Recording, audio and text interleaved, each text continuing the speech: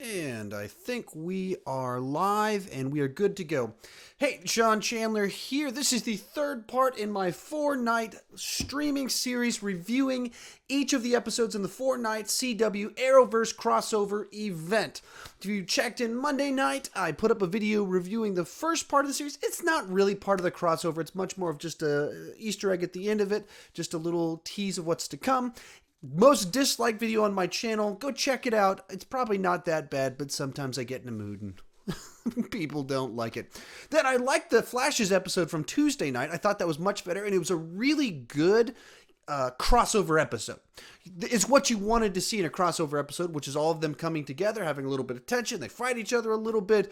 You feel like their universes intersect with each other, and so then there's ramifications from choices on one show onto the other show, which is stuff you want to see. And there was some good action in it. There are some problems with it, and you can watch my review about that. But overall, really fun episode. That leads us to tonight. The third part of it, or really the second part of it, of the crossover with Arrow's episode Invasion. And it was, I'll say this, it was a very enjoyable episode of Arrow. It was a very disappointing crossover episode. And if you've seen the episode, which if you're watching this, I assume you've watched the episode. Otherwise, what are you doing? Why are you watching this without having seen the episode? But so in the episode, basically, at the end of the Flash episode, they're captured, or half of them are captured. And so then this episode takes place half inside their minds. And it's an interesting Elseworld type episode that we've even seen on Supergirl already. We've seen some stuff like that on The Flash as well. And so it's nice to see some Elseworld stuff with Arrow. Nice to see a bunch of the cast members that have been killed off and come together and see kind of this dream world. What is Oliver's fantasy for life? But at the same time, when you talk about crossover episode, what I'm not thinking about is Oliver daydreaming, or Oliver in a dream in meeting Ray Palmer at a meeting. That's not what I have in mind at all. And likewise, you didn't really see Supergirl in it too much. You didn't see Barry in it too much. They just appear for just a little bit of time. And so very much this was an Arrow episode that was part of this crossover. So just little cameos from people. Whereas the Flash episode, very much big crossover, what you want to see. This is what it feels like to me. And I'm pretty sure this is pretty accurate. Is that they, of course, would love to be able to do big, gigantic, movie quality, spectacle, wonderfully crafted, no, that's the wrong word, crafted 4-night event with big effects and all of them. They can't do that. They don't have the budget. And to work all those stories together with Supergirl being in a different planet, they can't really, or a different Earth, can't really do that. So it turns into 3 nights. But they still don't have the budget to do big spectacle, bring everybody together, work out everybody's schedule to make it all happen. So then it's really 2 nights and a really fun filler episode of Arrow. Because it's like they got captured and that matters, and then they escape and that matters, and there's just a little bit of information in there. There could have been one scene where they're like, we're going to probe your brains. They suck the information out of it. There we go. We got the information we need from you. We don't need all of the daydream stuff. We don't need everything else. We could have skipped over all of it. I enjoyed it. One of the better Arrow episodes of the last couple of seasons, really. But as part of the crossover. So very much want to make sure I'm contrasting these two deals. Not a bad episode, but not delivery on what you want from a crossover. And understandably, because they don't have the budget to be able to do that. Because you could see where, if they had the budget, episode number 1, or here's what really would be awesome. Episode number 1 is the invasion starts, so it's them training. Episode 2, mind control stuff happens, so they're battling each other. Episode 3, they're captured, mind control stuff, and they're trying to escape, and then some of them are trying to break in. And each one of these would be an interesting episode in and of itself. And then you get to episode number 4, big, gigantic spectacle, alien invasion, aliens on Earth, spaceships everywhere, and they're fighting all of it. But they don't have the budget to do that. And I don't fault them for that. But we can all dream, can't we?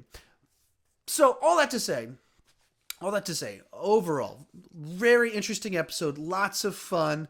Not a lot of the payoff kind of stuff that I wanted to see for crossover, but enjoyable episode for Arrow and some neat stuff in that regard. And the elements that did tie into the crossover were pretty cool. Like that last scene where they're escaping and they got ray guns and stuff. I liked all of that. And then they show up and they're on the Legends of Tomorrow ship. I liked all of that. This is all really cool, enjoyable stuff. And like when that's all coming together, the daydream episode plotline of the actual episode, not as much. As for some other negatives, just to talk about real quick, few things. Really hate what they're doing with White Canary. Back when she was on Arrow, I enjoyed the character. She was a nice addition to the mix. And then ever since she's been on Legends of Tomorrow, they've just moved her much more into this just like horny all the time, will sleep with anything sort of character. And then you get to this episode, and I mean, it's like they're totally retconning her of she went off and she, like the entire premise of the show Arrow that launched the Arrowverse is she ran off and had an affair, cheated with her sister's boy, and all that. None of that matters. They're like, I'm only into chicks. It's like, but in this universe, like, what you're retconning, you're redoing what is clearly already established thus far in your series. Fair enough, you can do whatever you want, but it's just they're not making her a very enjoyable character or one you can relate to, because they just rewrite her for whatever they need in any particular episode, which is frustrating. So in this episode, they retconned her attraction to Oliver. In yesterday's episode, suddenly she's mad at the Flash over Flashpoint, even though she's been doing all sorts of crazy stuff in the timeline herself. So it's just making her a pretty unpleasant character overall. On a positive note about this episode, Arrow in particular, the last 2 seasons, it felt like they always needed someone to get like sanctimonious and start lecturing everyone self-righteously. Someone has to monologue, choose someone out. Felicity starts crying.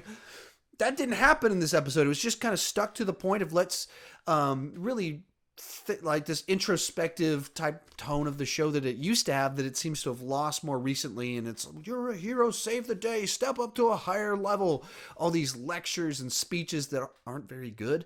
So it's nice not to have that, and instead kind of just let the plot, let the story, let the situations communicate ideas about things. I thought that worked rather nicely. So it avoided really the elements that have driven me crazy the last couple of seasons. It avoided them. That's probably why I'm like, yeah, it's an Arrow episode. This was quite good, just because it didn't do the things that have not been good about the show. Other positive, well, I don't know if this is a positive. This is probably more of a negative about where Arrow's at right now.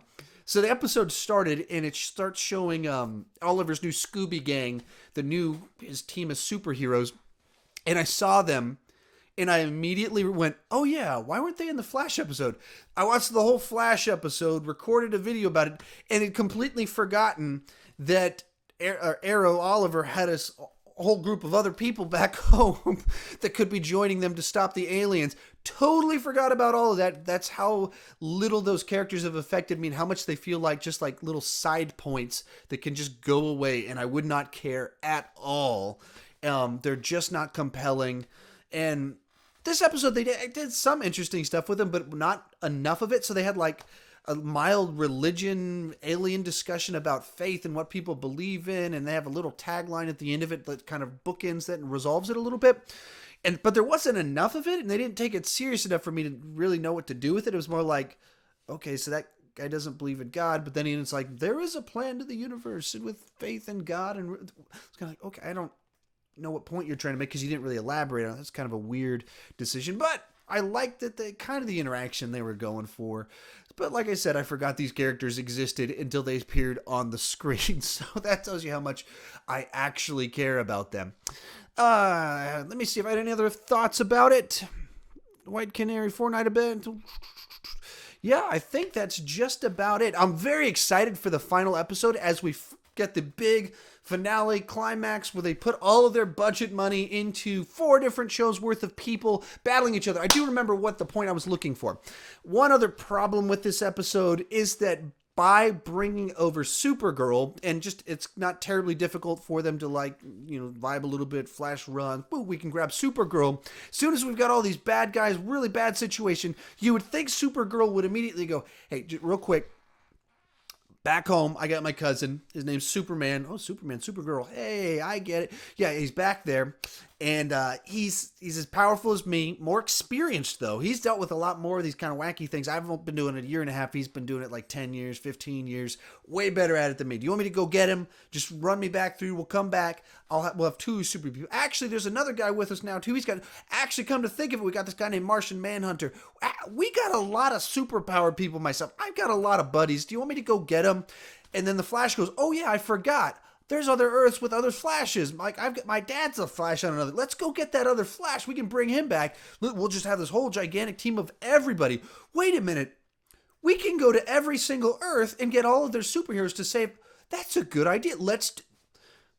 Naturally, that's the plot hole. As soon as you introduce this idea of Earths that you can go to pretty easily without consequence, it's somewhat similar to the time travel problem of as soon as you introduce time travel and you can change the past, you start going, why don't you just go back and fix everything this time? Similarly, when you have other Earths, the question always comes up, why didn't you just go get other Earth people, bring them back?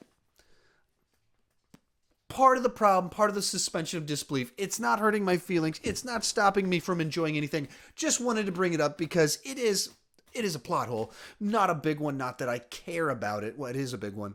I just don't actually care. Just wanted to talk about it to sound smart. So with all that said, another really good episode.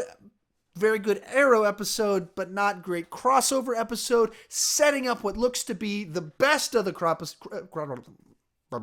That's if you watch any of my videos, whenever there's a cut between stuff and I mess up, I start stumbling over words, then go and then cut it. If I cut all this footage together, I could have an hour-long video of me going like this.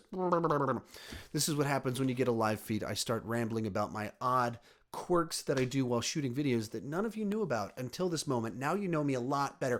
All that said, once again, great episode. What did you think? Tell me in the comment section. What do you think about this crossover thing? Do you think it's working? Do you think it's setting up too many plot holes for future type issues? Or is it not working because they don't have the budget to pull it off quite right? I'm thinking I'm really enjoying this. This is a great idea, and hopefully they'll do one of these every single season. I don't think they could do more than one a season because it's too much to bring them all together, and you kind of have to push pause on the plots of each of the things that they're trying to build for each of the shows. But once a year, I think you can do something really fun with this. Or I think what they could explore is just doing a movie.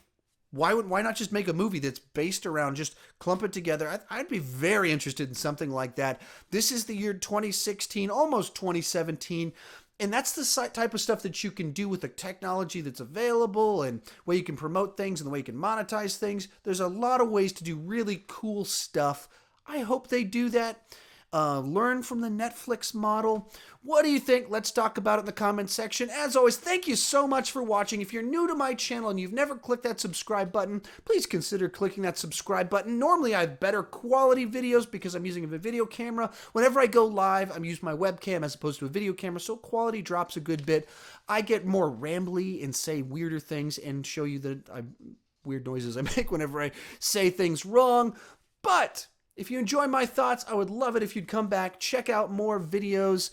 It means the world to me that you guys watch, that you guys subscribe. I love talking with movies with you. And as always, thank you so much for watching.